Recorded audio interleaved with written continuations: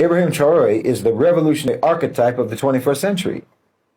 He was forged in the reality of Western-backed insurgency and Western economic warfare and propaganda. Ibrahim Traore led a coup against a government that was subservient to its foreign masters. The West's relative power is receding. That old wolf still has fangs, but the global South is raising some young lions of their own today. They're reviving the spirit of Lumumba and Sankara and Nkrumah. Your grip on Africa is being pried open. You know, it's often only in retrospect that we recognize the magnitude of a figure who shifts the course of history. Burkina Faso, the land they call it, the land of upright people, has again produced an upright man, not only for their country, but for all of humanity. First, they gave us Thomas Sankara, who was a Catholic, but his life was extinguished. You know, there's been many coups across the continent, but usually those just replaced one neo-colonial agent with another, usually.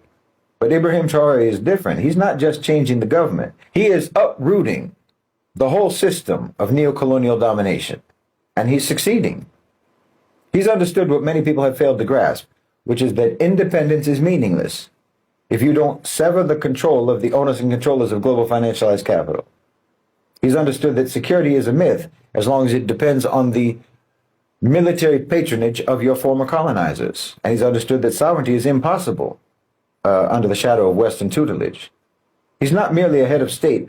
Ibrahim Traore is the revolutionary archetype of the 21st century. He was forged in the reality of Western-backed insurgency and Western economic warfare and propaganda. Because, you know, today the fight for freedom is not just waged by armies anymore, but by narratives and by resource policies and by alliances and by collective sovereignty. He also understands, crucially, that Africa's liberation cannot be rented from outside. It has to be rooted in the reclamation of Africa's own wealth.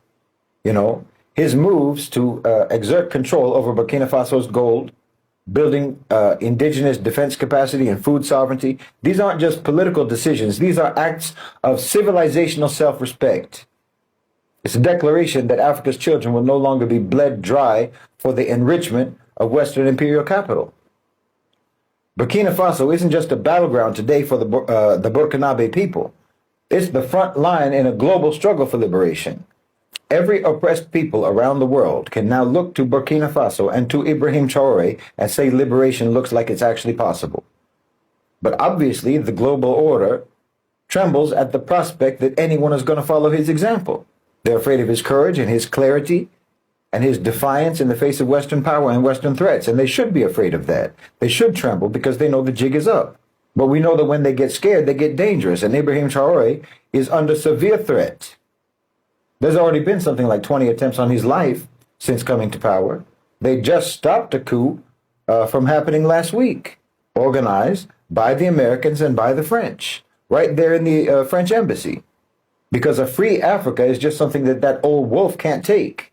You know, they've been keeping Africa in the past for so long that they know that if they let Africa get away from them, then they're going to be the ones who are consigned to history. The chains that have been holding Africa down all this time are also the only things holding the West up. So now America has said that they want to arrest him. You know, they've already tried to take him out more than once, like I said.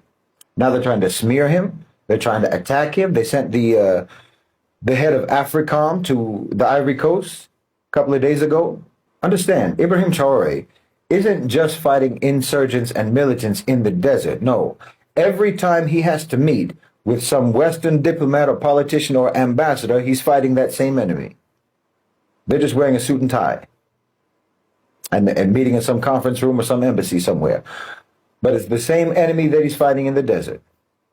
He doesn't have a meeting with any Western official except it's a kind of combat. Imagine. The same ones that are smiling at you from across the table, those are the same ones who are also paying mercenaries to kill you. Burkina Faso is important. Ibrahim Traore is important for everyone, not just for Africans, not just for the Burkinabes. This isn't about idolizing the man. It's about understanding the importance of what he represents. And what he represents is a paradigmatic shift that the whole world needs. We need to pursue, protect, and preserve variance. They don't want there to be any options.